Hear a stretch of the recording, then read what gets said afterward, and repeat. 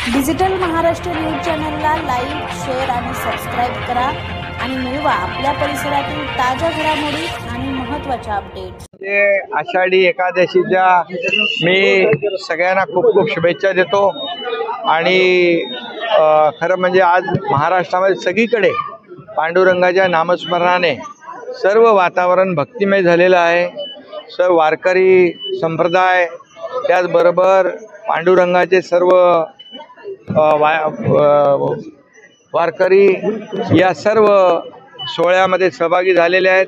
पंढरपूरमध्ये देखील माहोल सगळीकडे पाहतोय आपण की पूर्णपणे पंढरपूर भक्तिमय झालेलं आहे।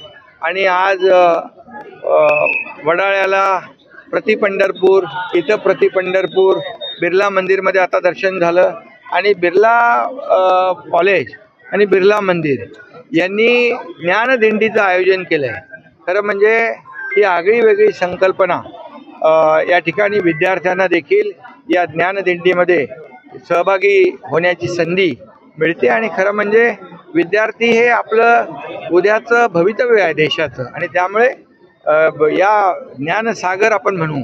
आणि या आजच्या या आषाढी एकादशी निमित्त वारकरी त्या ज्ञानदिंडीत सहभागी होतात, ज्ञानदिंडीमध्ये विद्यार्थी सहभागी होतात, नागरिकही सहभागी होतात, सर्व लाडक्या बहिणी होतात, लाडके भाऊ, सगळे शेतकरी, वारकरी सगळेच।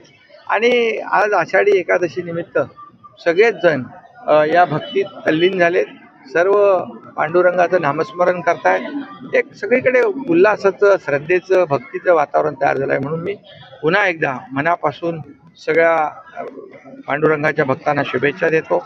आणि हे बिर्ला मंदिर देखील फार जुनं आहे, पुरातन आहे, आणि म्हणून या संस्थेचं देखील चितलांगे सर, नरेशचंद्रजी, त्यांचे सर्व सहकारी या सर्व कार्यक्रमाचं आयोजन करतात, त्यांना देखील खूप खूप शुभेच्छा देतो।